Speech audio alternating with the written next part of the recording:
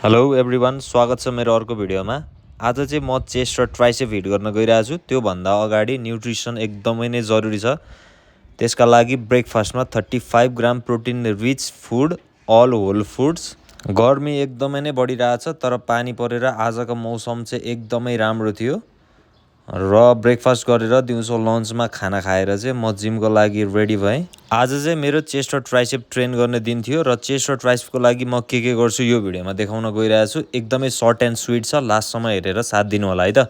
सबसे सुरुमा अप्पर चेस्टको लागि स्मिथ मेसिनमा bench press, incline bench press one of the best exercise. Mind muscle connection build गर्न एकदमै नै सजिलो हुन्छ र प्रोग्रेसिभली ओभरलोड गर्न पनि एकदमै सजिलो हुन्छ। I recommend you to do this exercise. त्यस पछाडि फ्ल्याट बेन्चमा dumbbell press.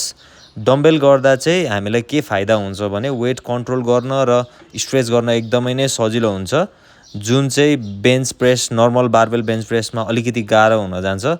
Dumbbell bench press गर्दा चाहिँ एल्बोलाई हल्का आफ्नो बडीतिर थोरै टकिन गरेर गर्न खोज्नुभयो भने चाहिँ मजाले पर्छ, नभए सोल्डर स्ट्रेन हुने चान्सेस धेरै हुन्छ है त। अनि मोस्ट इम्पोर्टेन्ट टिप भनेको जहिले पनि बेन्च प्रेस गर्दाखेरि बडीलाई आर्च बनाएर गर्नुभयो भने चाहिँ चेस्टमा राम्रोसँग पर्न जान्छ, नभए तपाईँको ट्राइसेप र सोल्डरले टेक ओभर गर्न सक्छ, जसले गर्दाखेरि चेस्ट राम्रोसँग ट्रेन हुनुला। लास्ट एक्सर्साइज भनेको चाहिँ pec deck fly, one of the best exercise for isolation. यसमा पनि मान्छेलाई मैले रेन्ज अफ मोसन चाहिँ हाफ गरेको देख्छु, तर मलाई चाहिँ पर्सनल्ली एकदमै नै फुल स्ट्रेच गरेर कन्ट्र्याक्ट गर्दा चाहिँ राम्रो मजा आउँछ। यसलाई गर्दा चाहिँ आफ्नो एल्बो चाहिँ हल्का डाउनवर्डतिर बेन्ड गरेर गर्नुभयो भने एकदमै मजा आउनेवाला छ है त। यसको चाहिँ 2 सेट अथवा 3 सेट रेप्स नगरिकन टिल फेलर हान्नु होला। र ट्राइसेपको लागि चाहिँ म जम्मा 2टा एक्सर्साइज गर्छु, starting with dumbbell overhead extension. यसले चाहिँ लङ हेडमा टार्गेट गर्छ।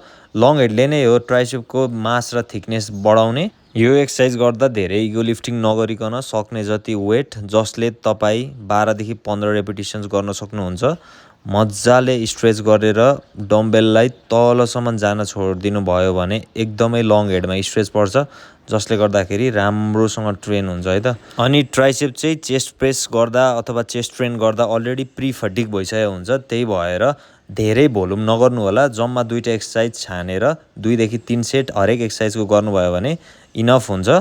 र लास्टमा चाहिँ cable push down, best exercise to hit your lateral head of tricep होइन। यसमा चाहिँ सकेसम्म हेभी जान ट्राई गर्नु होला।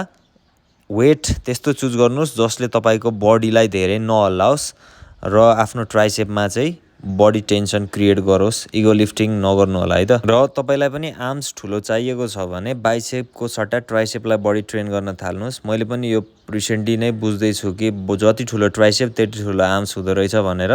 बाइसेपको अब्सेसन हटाएर ट्राइसेपको अब्सेसन बिल्ड गर्नुभयो भने चाहिँ आर्म्स अटोमेटिकल्ली ठुलो हुन्छ। र आजलाई यति नै, बाँकी म नेक्स्ट भिडियोमा भेट्छु है त। See you guys, thank you. Subscribe गर्न चाहिँ नबिर्सिनु होला है।